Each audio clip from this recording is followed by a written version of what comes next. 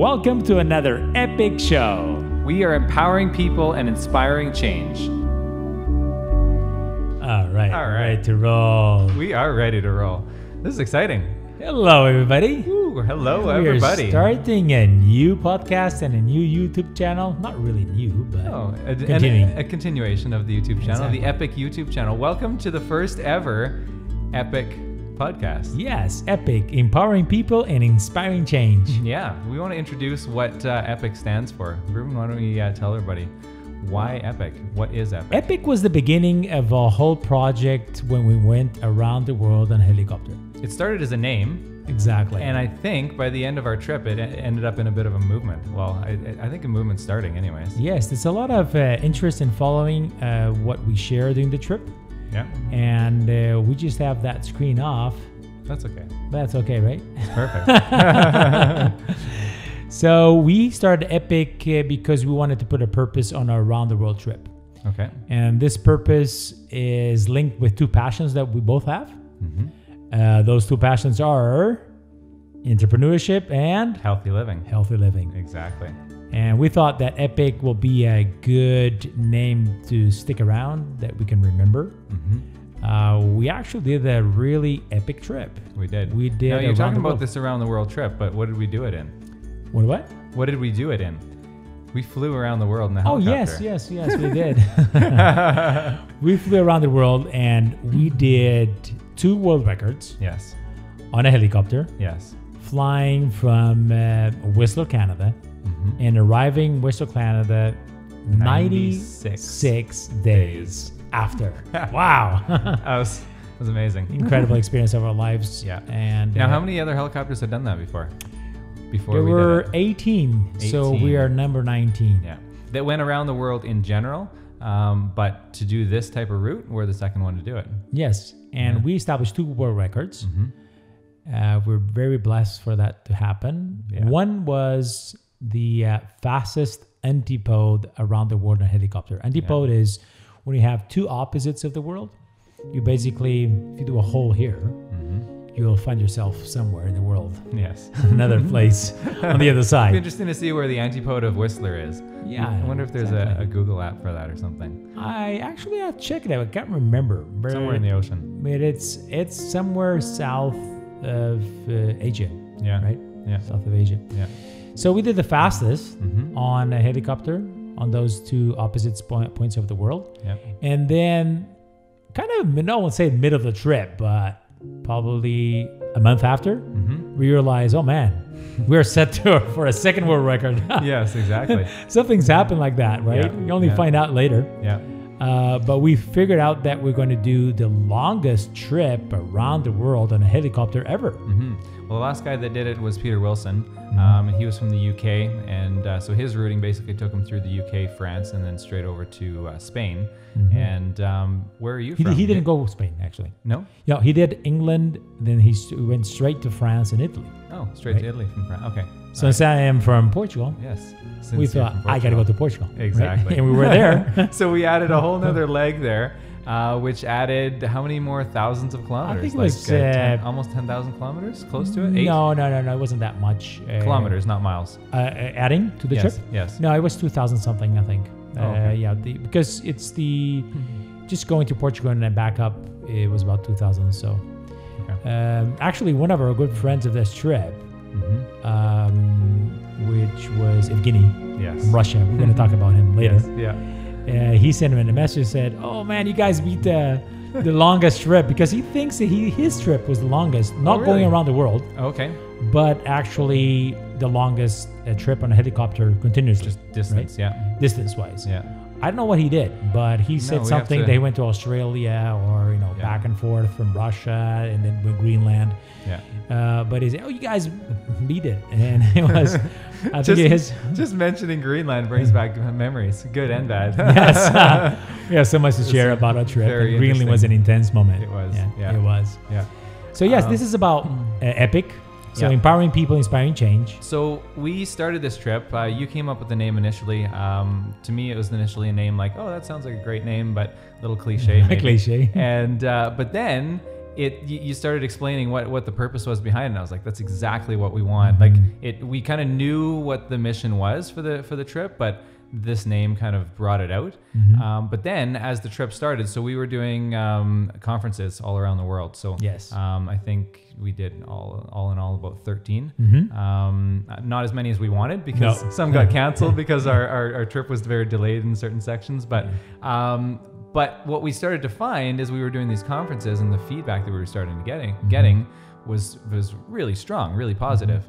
And so we started realizing, wow, this is something that's pretty big. And so as I was vlogging every day on my channel, on my YouTube channel, we started getting comments, emails and stuff like this. And then we got one guy that sent us a voice message, a really high quality kind of, podcast style voice message explaining how we changed his life. Right. And that was, I shared that with you and you were like, whoa. And I forget if we were driving at the time or what, but you were listening to it and you're like, wow, like it was high impact for us. We really impacted this guy's life. And that, I think that impacted us in a big way, realizing like, wow, this, and that wasn't an isolated event. Like it happened several times where different people would meet us on our journey. They would drive for hours to tell us their story and how we affected their lives. And I didn't realize when we started this trip that we'd have any impact like that. I knew that we'd inspire people in a way that they would watch our videos and go, oh, well, that's a really neat thing. But I didn't think we'd actually affect somebody's life. I think it for me was, as you said, we thought it was going to have an impact more collective. Yes. But the difference was that we saw it more personal. Exactly. Right? Yes. We realized that what we shared had an impact on reality, on people's lives. Yeah. So that gave us a lot of inspiration and strength to do something that we're starting today. Exactly. And at the end of the conferences also, right? Remember that we were in conferences starting in El Salvador. Yes, right? Exactly. El Salvador. Yeah. People came to us and we share very simple, but I believe powerful principles that you can apply in your life every day. Yeah. They can make a huge change. Exactly. And we're going to be kind of revealing them one at a time throughout this podcast, just to kind of break each one down and talk about how they can be so simple and impactful in everybody's lives. So, and I think as the trip progressed and we got kind of into the last half, we started realizing like, wow, we actually have, because there was a lot more to the trip than I originally expected. I knew it was going to be a life-changing experience, but I didn't realize to what extent. Both good and bad. There was some intense times that I just wasn't expecting. But what comes to your mind right now when you say there was much more than you expected? What's the number one thing? Like for me, weather, and the way we related to weather and how that affected us, that I think was stronger. It was a bigger impact on me than I expected. I've been flying for almost 15 years, 8,000 hours, and I thought I had experienced mostly everything. Right. You're gonna say, well, around the world, and I had very strong boundaries of what I was comfortable with and what I wasn't going to allow myself get into. And it's amazing how a trip like this can cause you to re-push your boundaries, re-experience new things. And you had 8,000. You thought it's going to be just another 300. What's 300? When we started this trip, remember the saying we used? This is going to be a leg by leg trip, right? And we're just going to evaluate every leg day by day. So there won't be anything different than us flying around here. And I think as we'll reveal, it was very different in a lot of ways. But what we noticed as we started getting to the back half was there's a story here because we started seeing so many life principles coming out in this trip.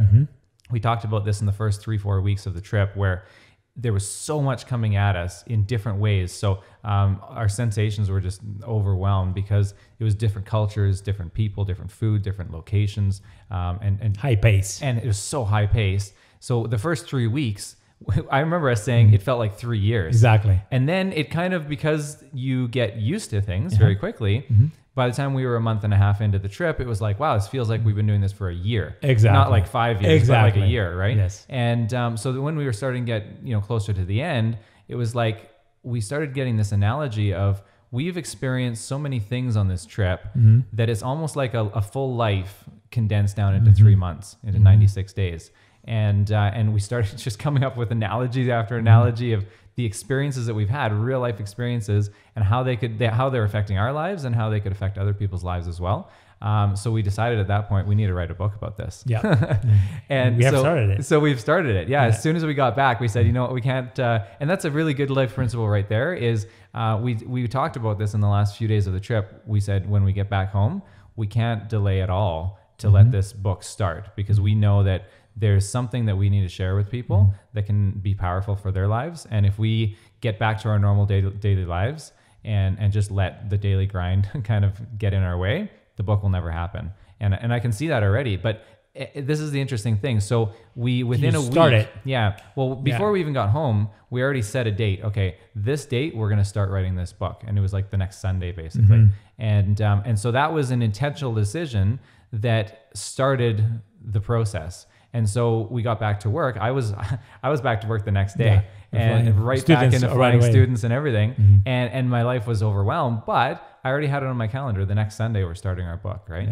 And so we started, and then the next Sunday we continued. And so the process has started, and now I can say, every day I'm crazy busy at work, and if I looked at it now, I'd say no, I don't have time for this. But because we've already made that decision ahead of time, it's going to continue happening. Exactly. And it'll happen until it's finished. You put the momentum working for you, right? Exactly. You have to take usually the first and second, third step are the hardest ones. Yeah. Then we are human beings that we get into habits.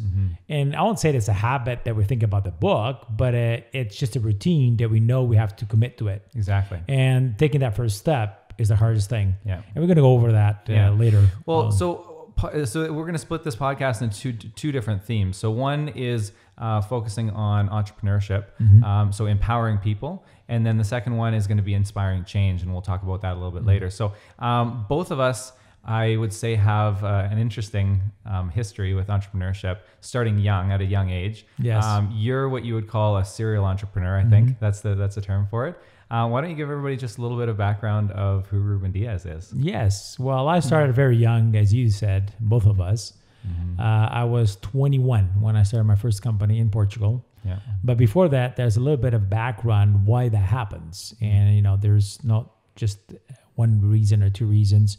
It's a whole setting. And I think in my case, it was from the beginning, I wanted to be the owner of my life. Right. And when you say about empowering people, there are some people are going to watch us and going to hear us. They probably don't have plans to be entrepreneurs. But what empowering people is about is to take responsibility of your life. Right. I think that's the big thing. That you have to understand that whatever you're going to do, you're the first person that's going to be responsible for it. So this a little bit of the entitlement idea that goes around in today's society. And I'm entitled of this, entitled of that. You're not entitled of nothing, right? So you have to do you have to take control of your own life. And in my case, I wanted to take control of my own life as early as possible.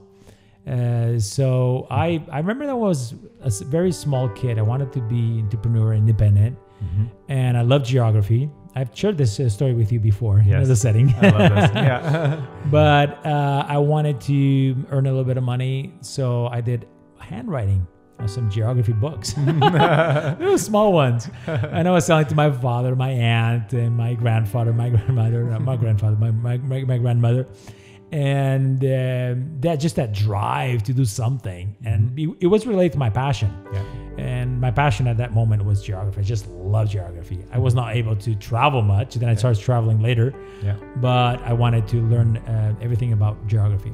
So that put me in a mindset of creating something from scratch and creating it whatever it takes, with whatever resources you have.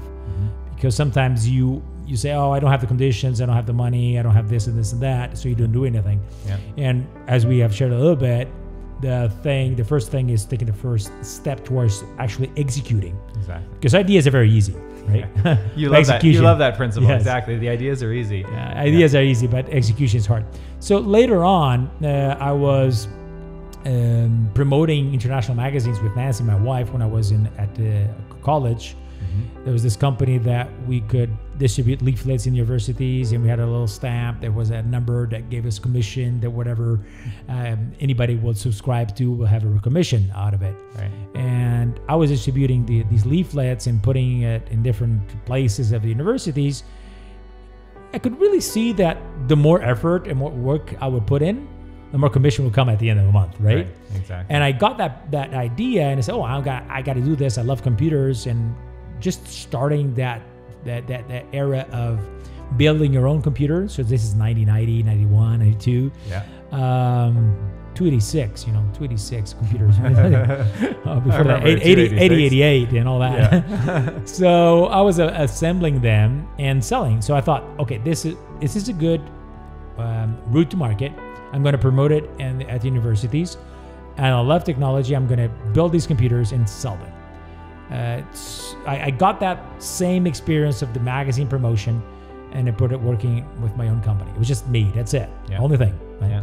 My parents had an old aunt that had a house really far away from home. And that was my office. An answer machine. And I will go there just to hear I couldn't even hear them remotely at that time. Wow. I had to go to hear the messages. Yeah, of course. And I was in my last year of college. Yeah. And I'll just, go back and forth towards, between study and work. Yeah.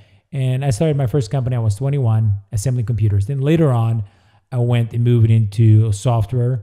A couple of stories that were shared during this podcast and that could be useful to other people that can also apply some principles that I learned in my life.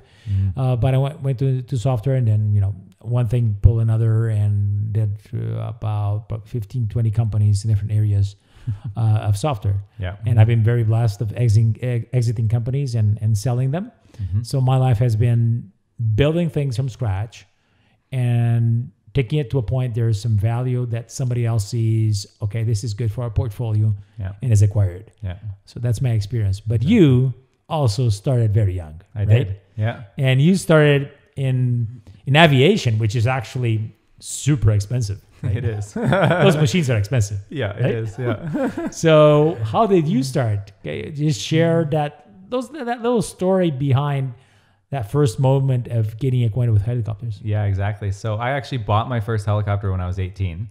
But I'm going to back up just a couple years before that. So like you said, everything in life starts with something small, right? And I was just hearing you as you were talking about those geography books that you started, when you were a kid, right? And then, how many years later you fly around the world in a helicopter. Mm-hmm. So your passion of geography still stays. It still stays. Same thing. And it comes into this like massive reality. You loved looking at these books of geography. That's a very good point. And then you got to physically see it how many years later, right? That's exciting.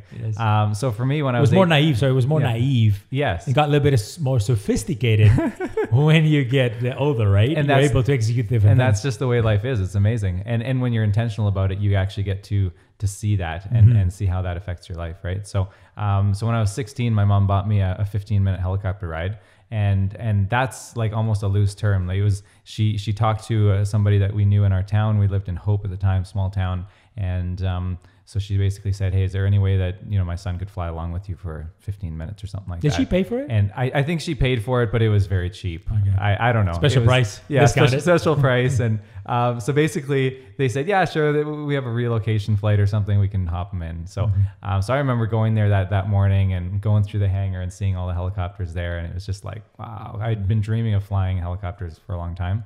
And, I'd see them fly overhead and I'd look up and go, wow, okay, I can see the pilot way up there and what are they looking at down here and stuff like that. And so we hop out into the helicopter. He shows me a couple things. And before I know it, he's flipping through his checklist and hits the starter button. And I can hear that turbine spooling up, and the blade starts spinning. And within a few seconds, it seems like to me, he's like, all right, let's go. And off we go. And we lift off the ground, and there's that moment of just like freedom, where you lift off the ground, but you're just sitting there. You're not flying like an airplane, and you're in a 3D movement. You're in this 3D world, right? And then up we climb up over the trees, over this town that I grew up in, and now all of a sudden I was the one looking down at these people, thinking like, wow, this is amazing. Like I'm actually up here, flying. Right?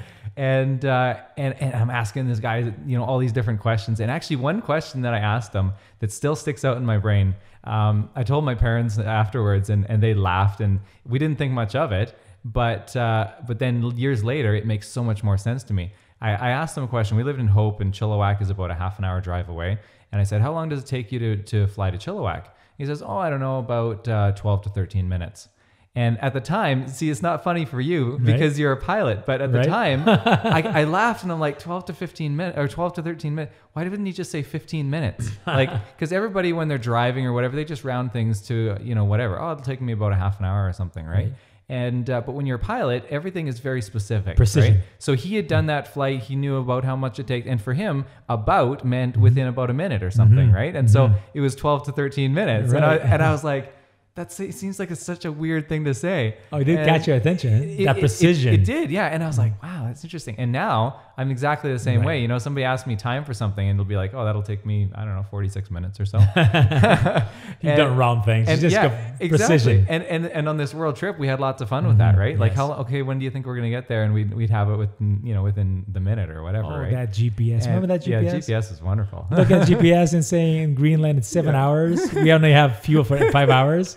Oh man, that was stressful. Yeah, the GPSs are great as long as the wind doesn't change. Yes. Right? But when the wind's going to change, oh man, it's very stressful. So we're flying, and within a few minutes we're at the destination. It was funny because it wasn't a round trip. It was just fly up the highway, drop me off at a gravel pit, and my mom had to drive up there and pick me up. All right. And because he was going to he was going on a job somewhere or whatever. And so I just remember he just sets down in this gravel pit beside the highway and says, "All right, see you later." And I hop out, and I'm like, I couldn't wipe the smile off my face. I'm like, this is what I want to do for the rest of my life. Like, this is it, right? But you knew it was going to be very expensive. Right? I had no concept of how I was going to do it.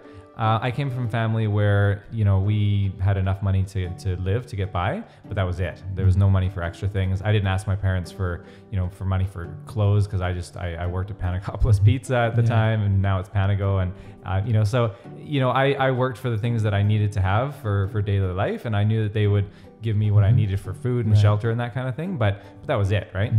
So for me to have a concept, the biggest concept that I had when I was 16 is, okay, I'm working at Panago. This is how much I make per month. So I can have enough money for a car payment. So I bought a car, right?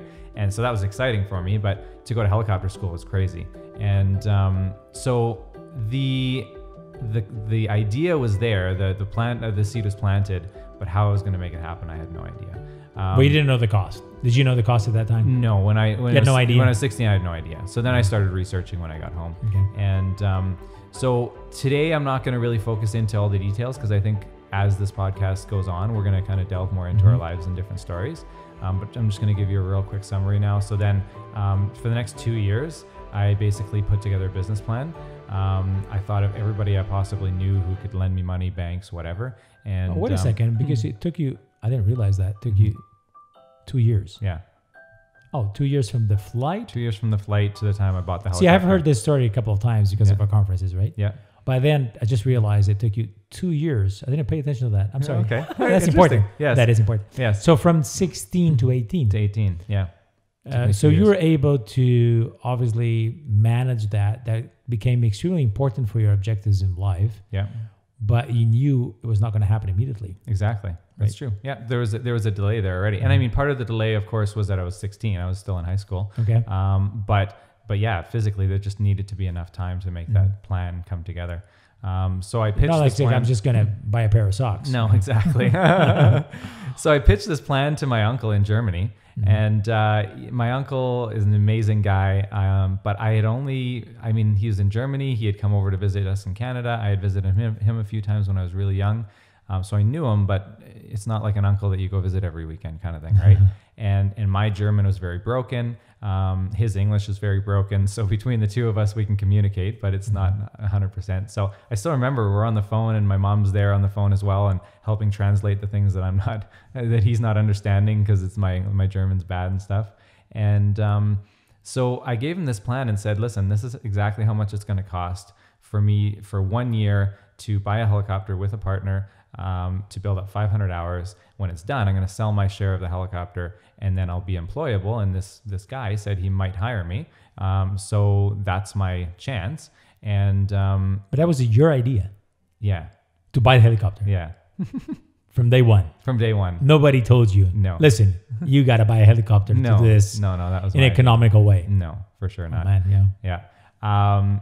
at the end of the conversation, so that was a long conversation, and he thought everything through and stuff. And at the end of the conversation, without even saying, I don't know, I'll get back to you in a couple weeks or something, he said yes.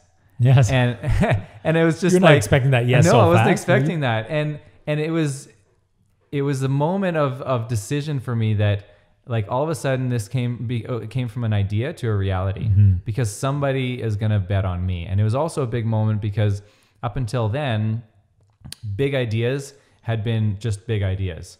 But all of a sudden I had this big idea that has the potential, the very real potential now, to become a reality. And I just realized the responsibility of that, because he was betting on me. He wasn't betting on the business plan, right?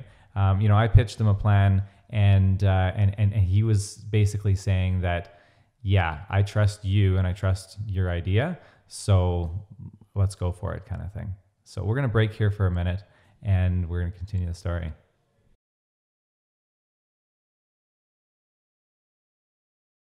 All right, guys, and we are back now. So I just want to continue where we left off there. So my uncle says yes to this big idea. That spirals everything into action. So I was, this was as I was in grade 12, basically. So I had the rest of my school year to basically plan out the final details of actually making this plan into real action. So I was going in grade 12. I was taking any break I had. If I had a spare class or something like that, I was going out and getting insurance papers signed and my medical done and all this stuff. And then he transferred the money. I graduated and we went and I bought the helicopter. Did you know what helicopter to buy at that point? Yeah. Was it part of the plan? It was very interesting. So my brother's an aircraft maintenance engineer.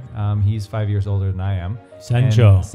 Who did the great maintenance for the epic round the world trip. It was amazing. and so he was in that field. He was fixing airplanes at the time, not helicopters, but he had a good understanding of different helicopters. And so when he was listening to my plan, he said, well, if you're going to buy a helicopter, you better buy a Schweitzer 300.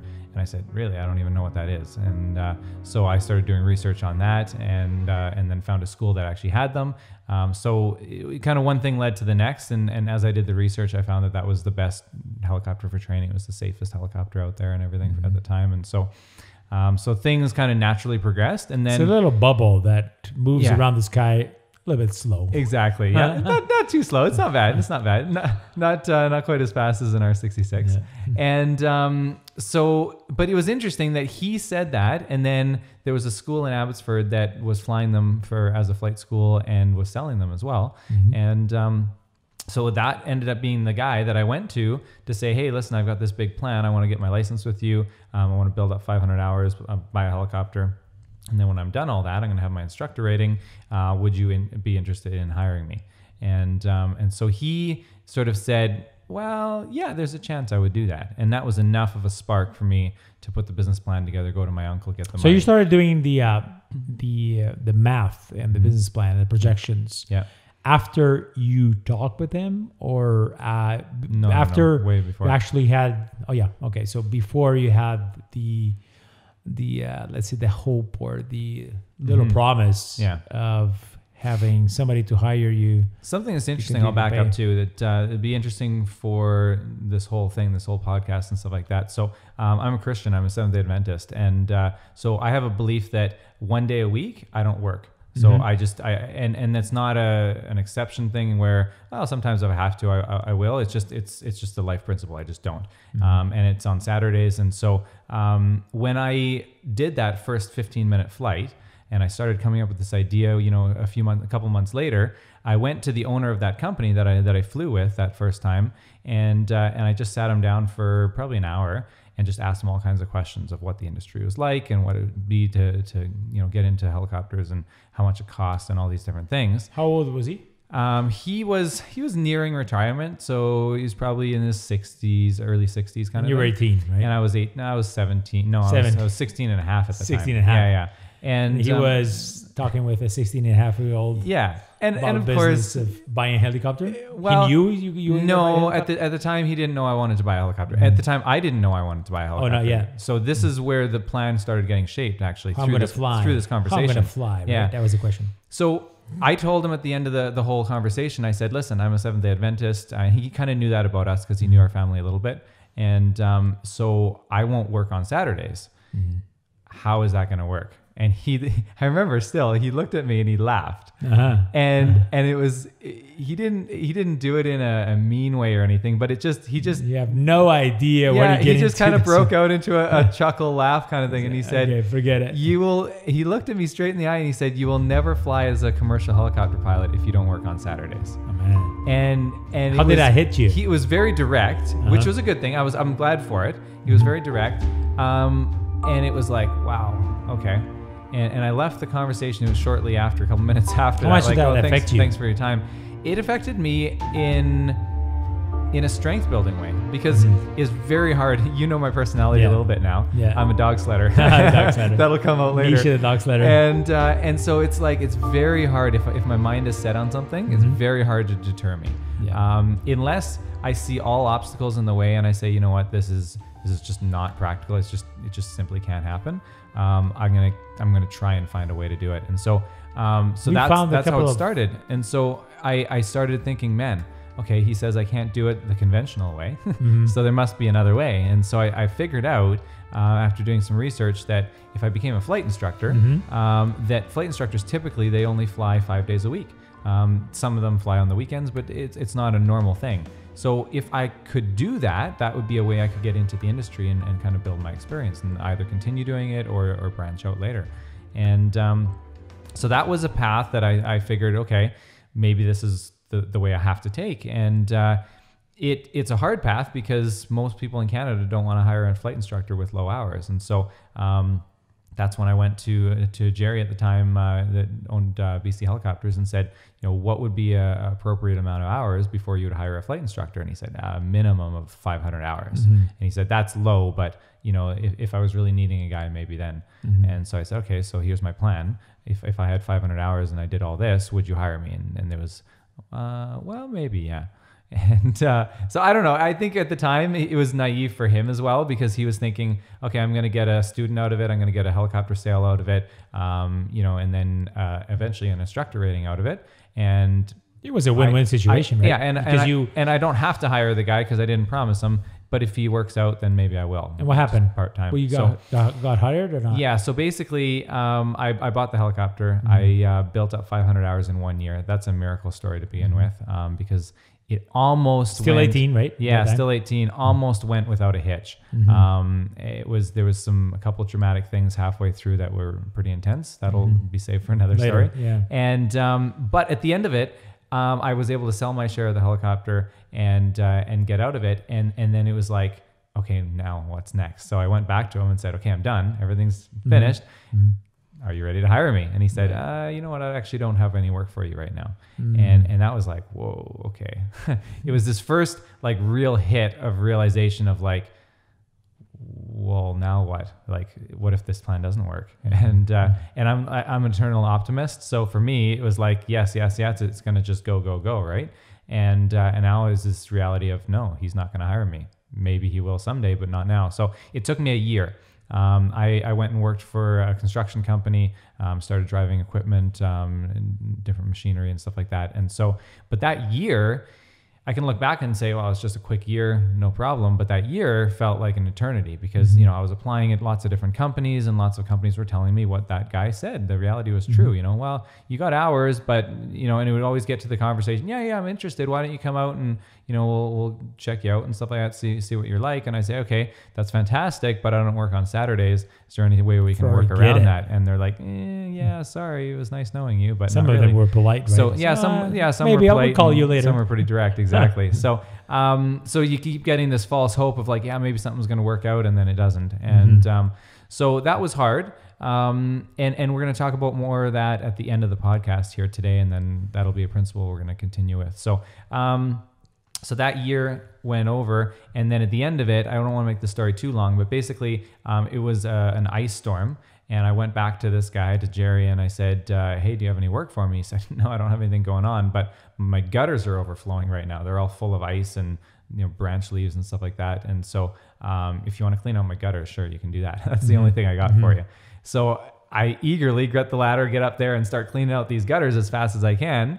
And I get done within pretty quick time and say, okay, what's next? And he's like, are you done already? So he takes a look at them. He doesn't believe that I actually finished it. And he takes a look and yeah, okay, this is pretty good. Okay. Well, my roof over there is going to start leaking if we can't get the snow off of it.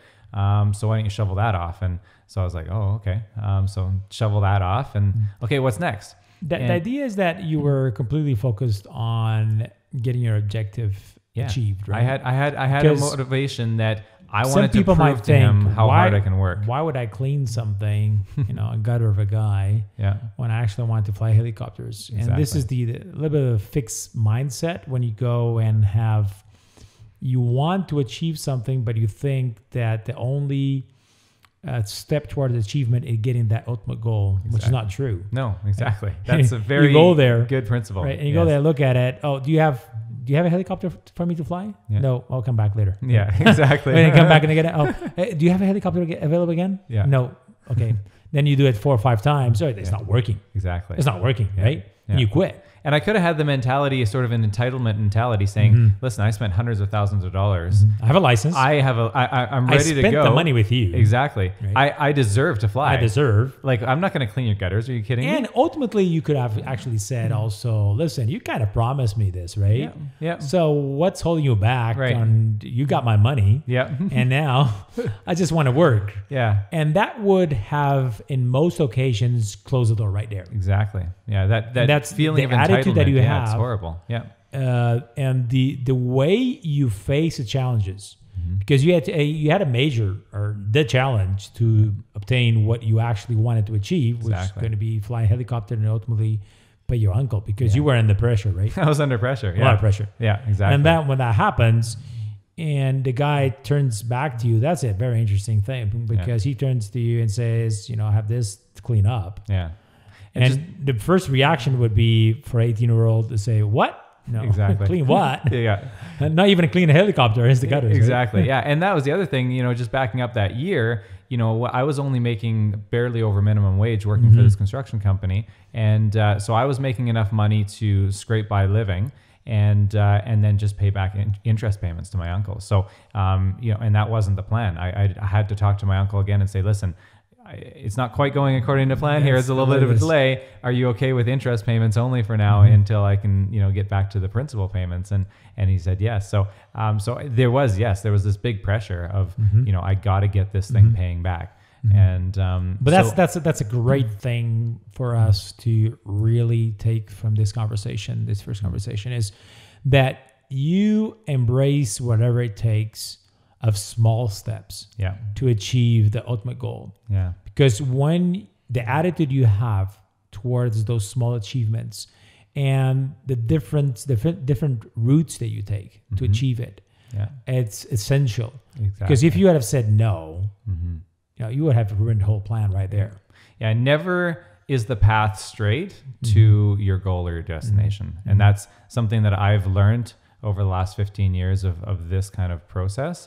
From getting into flying is, you can set a goal, you can set a dream.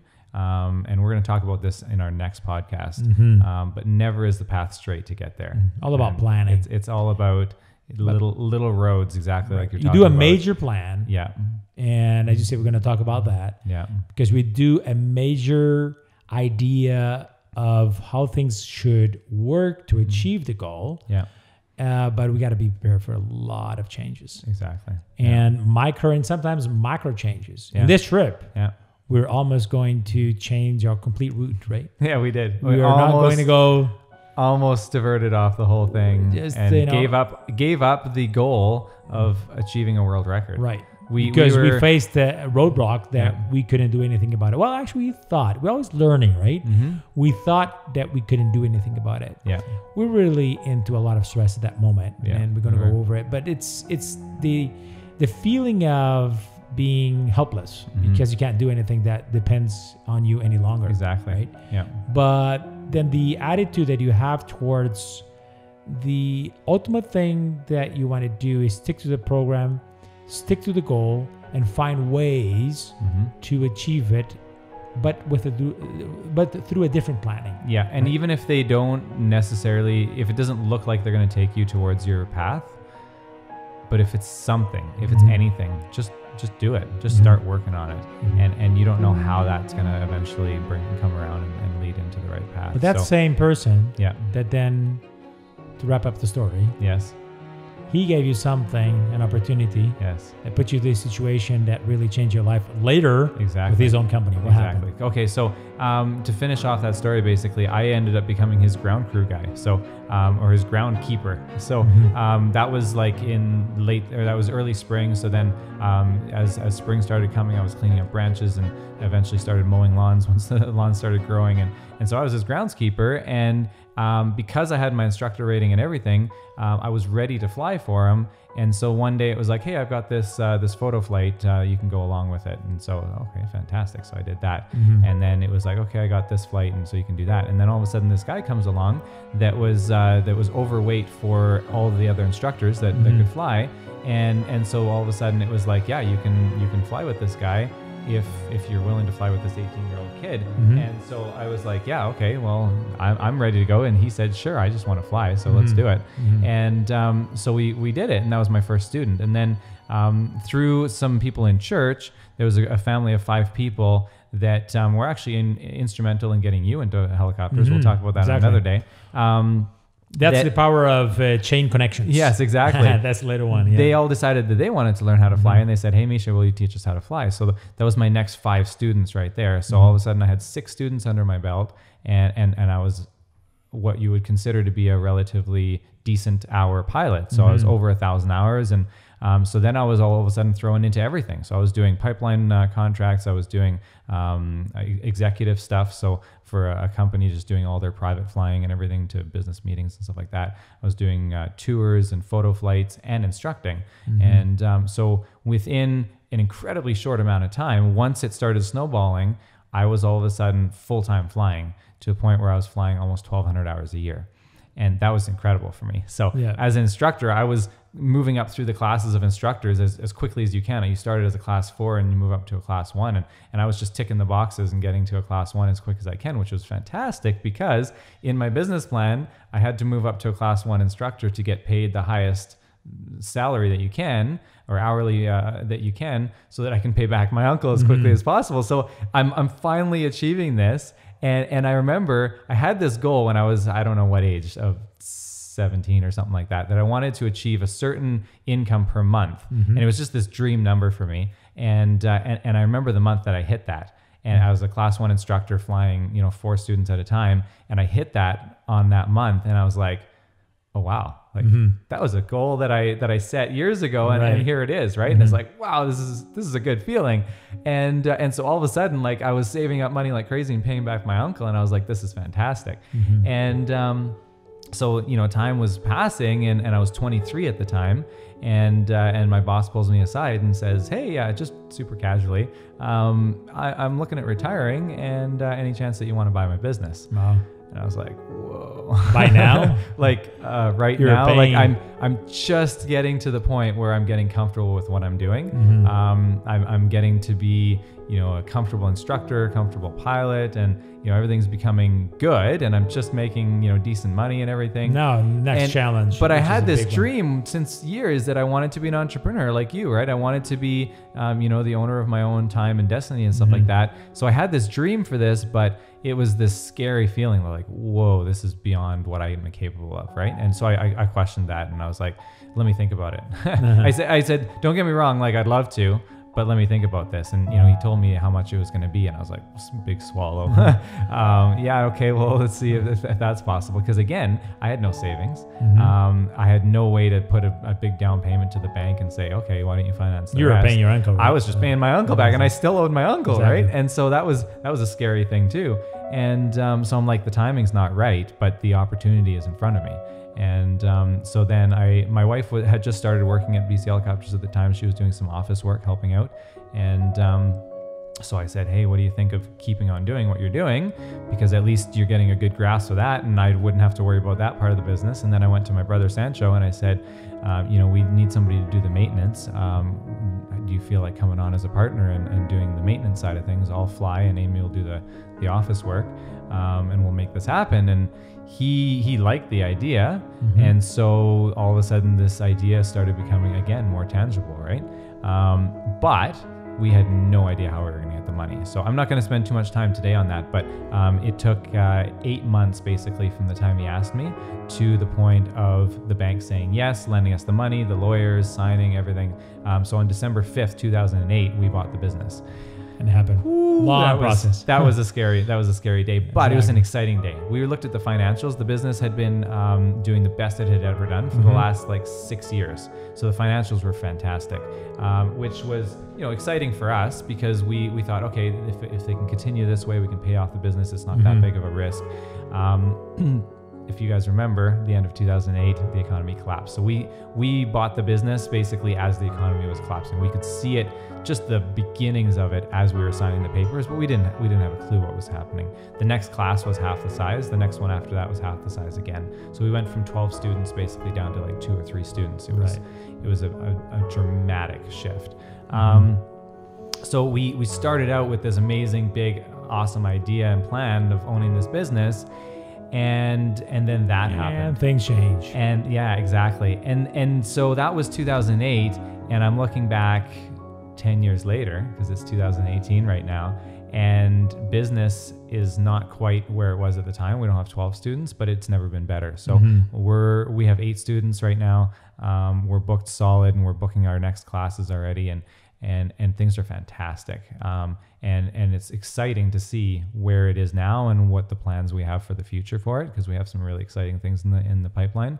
So I wish I could just stop there and say that's the end of the story, but it's not, because there's 10 years in between of turmoil and almost bankruptcy, and you just go through a lot of hanging things on with our fingernails, and really dark times where it was like, I don't know if we're going to make it. And even questioning, why are we doing this? Why are we hanging on so hard? Is it worth it? I could, and that's the scary, not the scary exactly thing. As our trip. It's yes, exactly. It's the sad thing, because there was times where it was like we were barely taking home a salary to live on. And I was thinking back to pre-2008 when I was stable, doing the best I could in my career at the time, thinking, wow, if I could only just go back, I could just go across the street and work for the competition, and I could make that kind of money again. But right? you're talking about this. There's so many analogies, because in our trip, we were into it. Yes. Which was the big thing compared to acquiring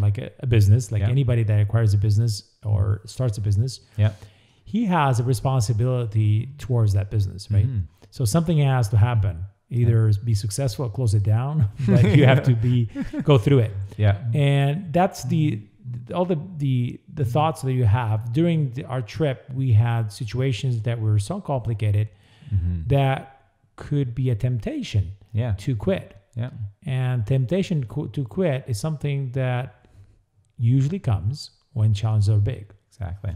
But the bigger the challenge, when you overcome it, when you actually persevere through it, it just feels the reward. So good. It's amazing, right? The reward is so big. Yeah.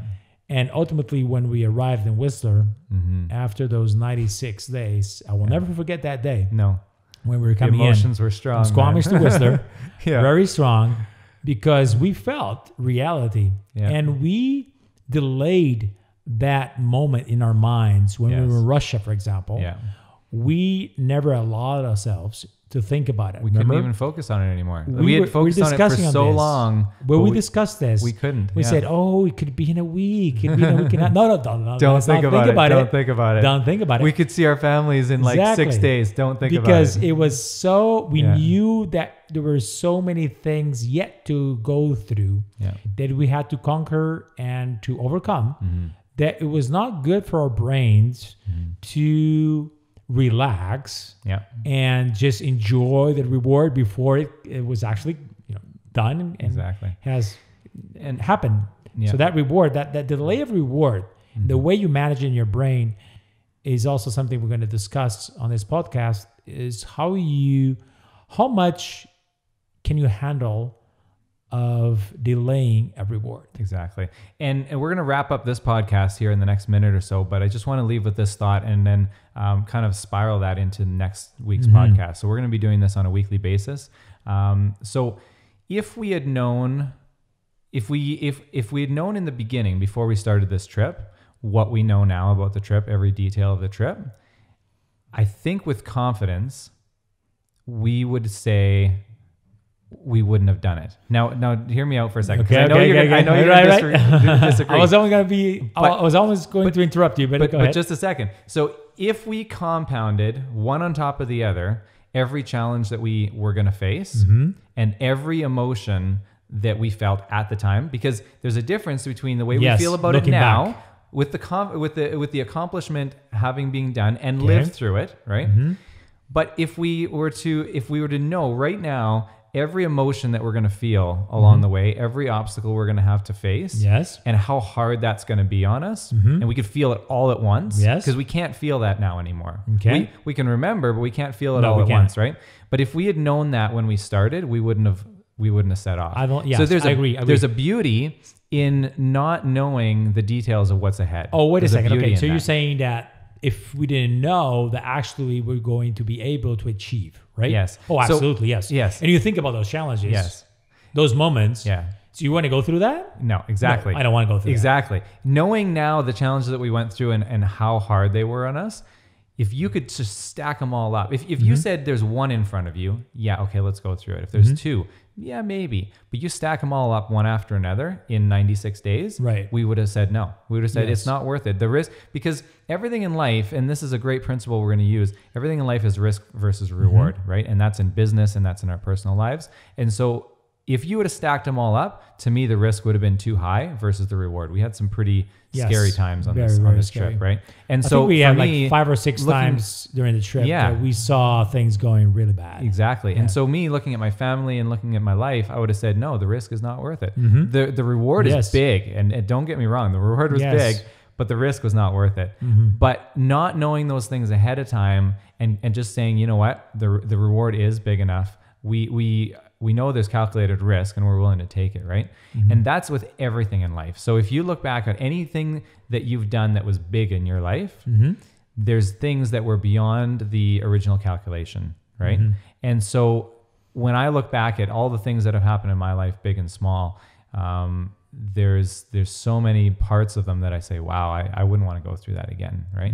But not knowing that they existed, it makes that reward worthwhile. And so I think when people are looking at, and this is going to wrap it up now, I think when people are looking at a goal, whether it's a business goal or life goal or whatever it happens to be, if somebody wants to lose 100 pounds or if somebody wants to start a new business or buy a business or whatever it's going to be, they need to go beyond the risk. They need to say, there's a risk and it's calculated. Am I willing to take that risk and achieve the reward, but not think about the challenges that are going to happen along the way? Because they're going to happen. Because the challenges are going to happen. If you focus on the challenges, you'll never do it. You're not going to do it. You can always delay things for the next day. And so if you have the type of personality where it's like, you know what, I don't want to do those challenges. They're just too big. I know they're going to come up and I just don't know if I'm going to be able to face them. What's the purpose of focusing on them? Exactly. It's not going to help you at all. It's not going to help you at all. So you got to focus on that reward. And I think if you do that, then the risk is gonna be worthwhile. Exactly that. We're finishing here, but the empowering people, we want to empower you. And as we empower you, we empower ourselves, because we're thinking this process again and again. And this is like a reinforcement of what we believe every single week. Because if we empower you, we help each other to empower thinking big things, and different people have different goals, but empower to actually execute and go out there and do it. And focus on things that are going to help you to achieve, and not on the roadblocks that you might imagine you're going to face through life. Exactly. We'll see with that. That's podcast number 1, you guys. We'll see you next week. We're going to go through the next one. Planning. Yes, we're going to be talking about planning of the world trip, what it took, the details of it, and the challenges that we had even in that. So great. See you guys next week. See you.